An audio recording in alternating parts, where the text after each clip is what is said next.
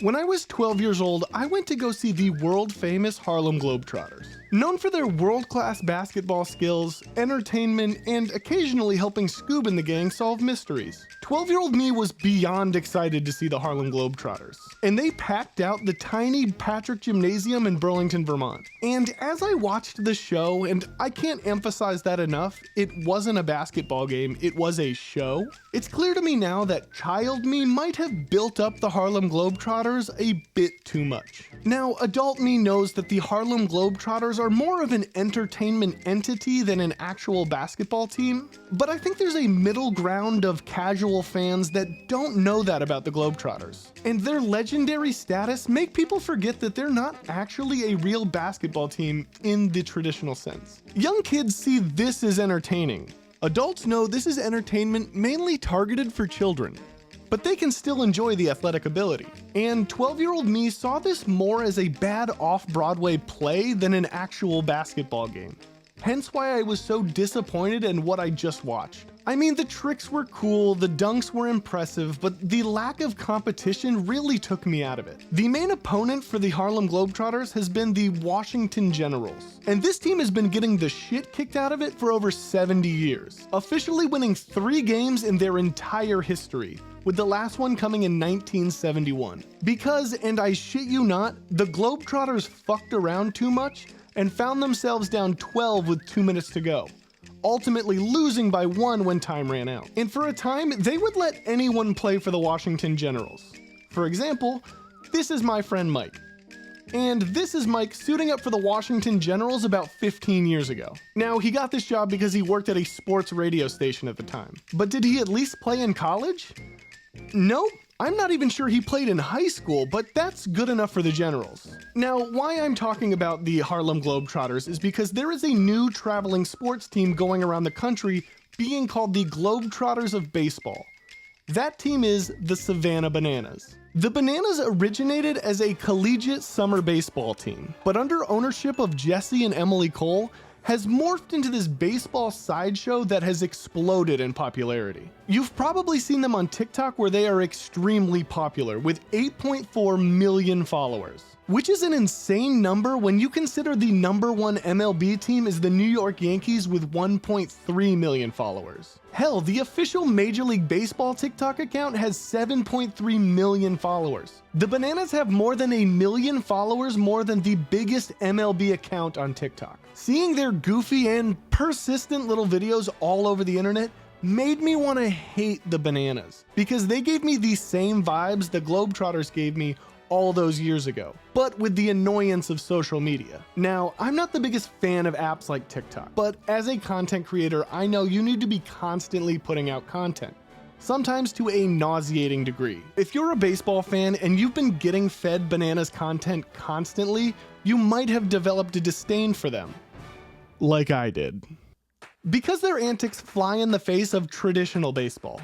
But there was a lingering curiosity with me, wanting to know what the Savannah Bananas were all about. So when YouTube suggested their first live stream from an MLB stadium, I took the bait, watched it, and thought to myself, I might make a video out of this. And here we are. The live stream started with a hype video montage highlighting the fact that this is their biggest game in team history, playing in front of 41,000 people in Minute Maid Park in Houston, home of Major League Baseball's Houston Astros. Then after some admittedly pretty good fan warm-up, they explained the rules of Banana Ball, where there were some fun and, let's say, interesting new rules. Let me quickly run through some of these new rules because going into Banana Ball blind is a bit overwhelming. Scoring is not by runs, but by points. If you score the most runs in an inning, you get a point. It keeps games close throughout, so it doesn't end up feeling like a Colorado Rockies game. And the last inning is sort of a speed round where all runs are points and anything can happen at the end of a game. The first real rule is a 2-hour time limit. Good, let's wrap this shit up in a timely manner, so games again don't feel like a Colorado Rockies game. The next 3 rules are all about speeding up the game. No stepping out of the batter's box, no mound visits, no bunting. Fine. The next 3 rules are the most interesting. Walks are called sprints, because if you do walk, you have the opportunity to take as many bases as you can until every positional player touches the ball. Alright, this is a pretty unique twist on the game. Take something that's usually anticlimactic like a walk and turn it into something far more exciting. Fans are now given the ability to challenge a call on the field with video replay, a responsibility they use with the utmost reason and rationale. I'm kidding, they blow their load almost immediately on the first remotely close play. Next is, if a fan cleanly catches a foul ball, it's an out. Feeling like a part of the game has always been alluring to baseball fans. From heckling, cheering, or booing, creating an atmosphere is part of the fan-going experience. But this rule directly involves the fans in the action. Not only do you get a souvenir, you record an out. That is some next level fan participation. Steve Bartman is confirmed a Savannah Bananas fan. It's okay, Steve. Nice try, Steve. We don't blame you for losing. A rule I'm not the biggest fan of is you can steal first on any pass ball. I mean, you can't stand on the hill of getting rid of all the dumb and boring plays in baseball and then let this cheap bullshit in. Hit the ball, pussy. Here's an end of game scenario. Your team is losing and you're stuck at the bottom of your order. Not anymore with the golden batter rule. This is a rule where you can send your best player to the plate no matter where you are in the order. Kind of interesting. As a former bottom of the order guy, fuck you. That's my time.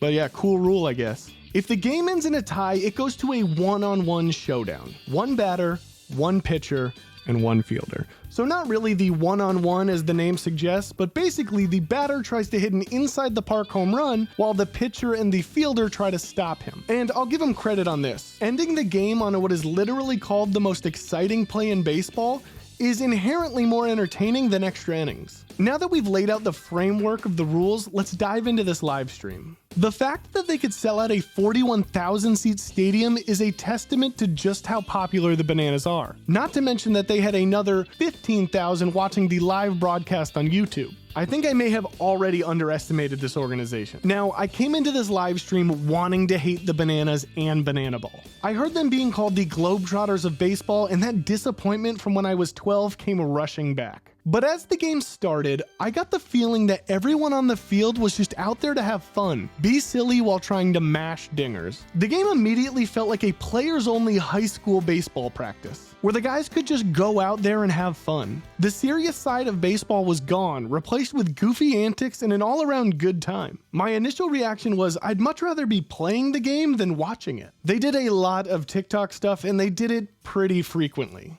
Now, I'm in my 30s. TikTok is not my cup of tea, but again, as a content creator, I understand the necessity for it, especially for what they do. A lot of topical quick hitters that they can just throw out there for engagement. I get it. The Bananas are more than just TikToks, but for most people, the TikToks are the only way they consume Bananas content. And I think that could be pretty divisive. Either you're entertained by it, or it annoys you to no end. If you're a baseball purist, you're probably gonna fucking hate Banana Ball, because it's not baseball. But at this point, I don't think it's trying to be baseball anymore. They're kind of doing their own thing, and it's wildly successful. Even if you despise the constant barrage of TikTok content they make during the game, you have to admit it's more entertaining than most in-between inning promotions in Major League Baseball. I'd rather watch a choreographed walk-up routine than watch people fake run in a hot dog costume to a predetermined animation on the Jumbotron. The Bananas do one thing very well to bring in another demographic of fans.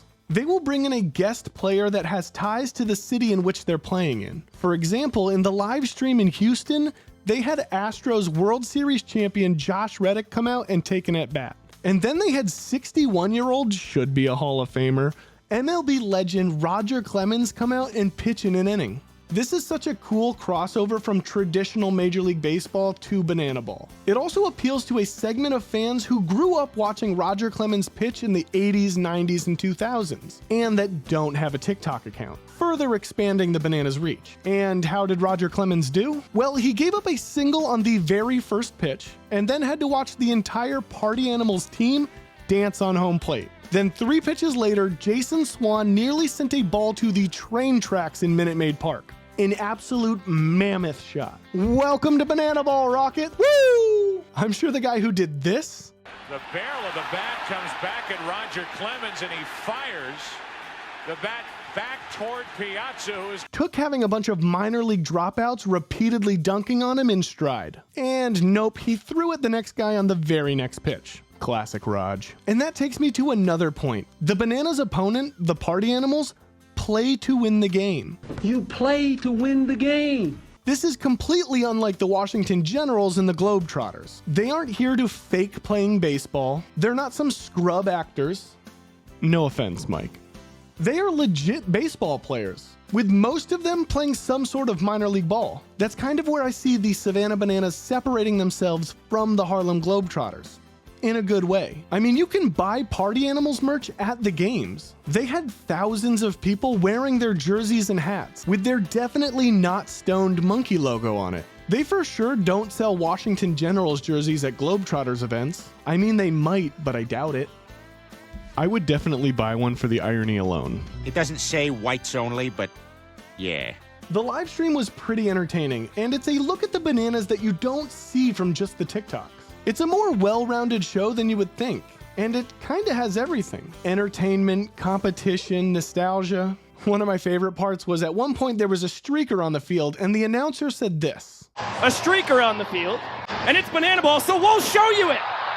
Oh, he got loose! But one of the most underrated parts of the game was just how athletic the players are. There is an aspect of trick plays defensively. I'm not really sure how it's involved with scoring, if at all. It might just be one of those cool, unnecessary stats. But they're all pretty impressive. They aren't always successful, but when they are, they range from Okay. to Jesus Christ. some trick plays are simple, like this between the legs toss from the first baseman. And then some are absolutely show-stopping, like this unreal backflip. Good lord, that's impressive. That's almost worth the price of admission right there. This may be the single most athletic thing I've ever seen on a baseball field. So I thought watching the live stream wasn't enough. I truly needed to experience banana ball for myself. So when I found out they were playing in Arizona and one of my friends had won their lottery system for tickets, I ordered my Bananas hat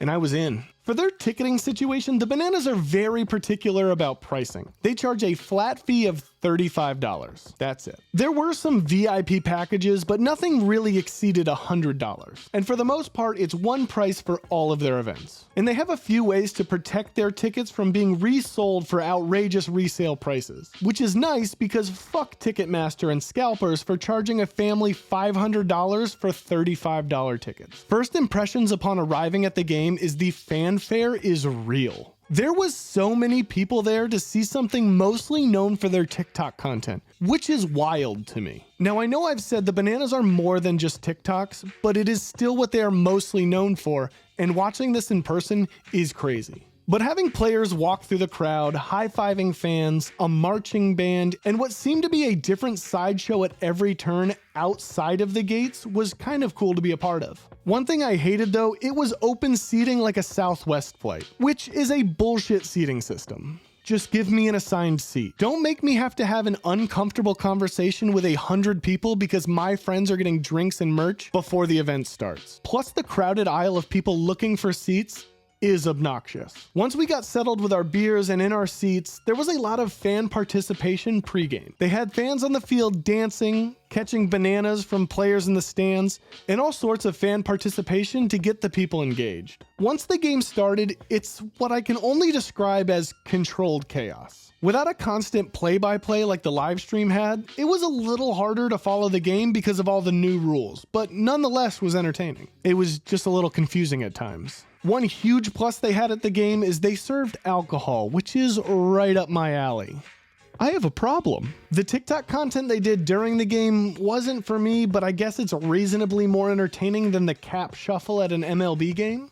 Here is another problem. The Bananas play in primarily minor league stadiums, which don't always have the proper equipment to pull off a lot of what you see the Bananas do online. Like, how are these people in the outfield supposed to enjoy this very specific TikTok dance from 350 feet away, and the smaller video board behind them? One thing I found funny during the game was the Bananas mascot was just riding around the field on his bike, like just doing laps. It kind of felt like the zipline sketch from I Think You Should Leave. Like, he's not here for the game, he just wants to ride his bike. After some more beers and a margarita or two, the game eventually wrapped up. And then they did this really cool meet and greet after the game for everyone in attendance. You didn't need some special ticket to attend, and if you were willing to wait in some pretty long lines for the more popular players, you could get a picture with them. My apologies to this Party Animals player.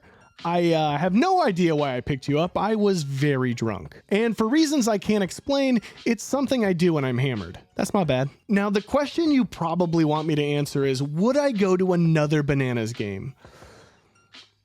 Maybe with my future kids. I mean, I've experienced it. And to go again would kind of seem like a red flag. An adult going to another Bananas game without kids kind of seems like it's teetering on Disney adult. I just don't know if there's enough pull to do it again. I mean, don't get me wrong, it was cool, but I feel like it would be going to see a comedian twice on the same tour. Like, all the jokes are the same, you might get to see some funny crowd work you didn't get to see last time, but overall, it's probably not worth going again. I know the Savannah Bananas are primarily targeted to the TikTok generation, and that's fine, but I think they're at a crossroads in their existence. They kind of need to pick a direction to go in. Where they are now is fine, I just don't think it's sustainable. They either need to go one of two ways. Either purely entertainment like the Globetrotters, or put more of an emphasis on the competition part. Because if you want people coming back to your games or viewing them online, you can't have the same show day in and day out. And I think Banana Ball is a creative enough spin on baseball to create a league behind. Kind of like the slam ball of baseball. But without decent competition, I don't think the TikTok content alone is enough to sustain the Bananas long term. So what did I learn from the Savannah Bananas? Not everything is for everyone. If you're looking for something to appeal to you 100%, you are ultimately going to be left disappointed. Kind of like I was when I was 12 years old and saw the Harlem Globetrotters. That's a nuanced realization that comes with age, and I don't expect any 12-year-old to comprehend that. But if the Savannah Bananas get more kids interested in baseball, at the end of the day, that's a positive thing. You just don't want the Bananas turning baseball into what professional wrestling is. Something so divergent from the actual sport that it's a detriment to real wrestling. Son of a bitch. Look! This is wrestling! This! Danny Darwin out to visit with Malley along with his battery mate Tucker Barnhart. Mister, you better take your gay porn and walk right out of this bar. Hey, you made it to the end of the video. Proud of you. Let me know all of your Savannah Banana thoughts down below. Do you love them? Do you hate them? Are you sick of them? Just let me know down below. If you haven't subscribed, you can do that right here. I like talking about all sorts of random topics on this channel, so if that's something that interests you, hey, this video might interest you as well. Thanks, and playa!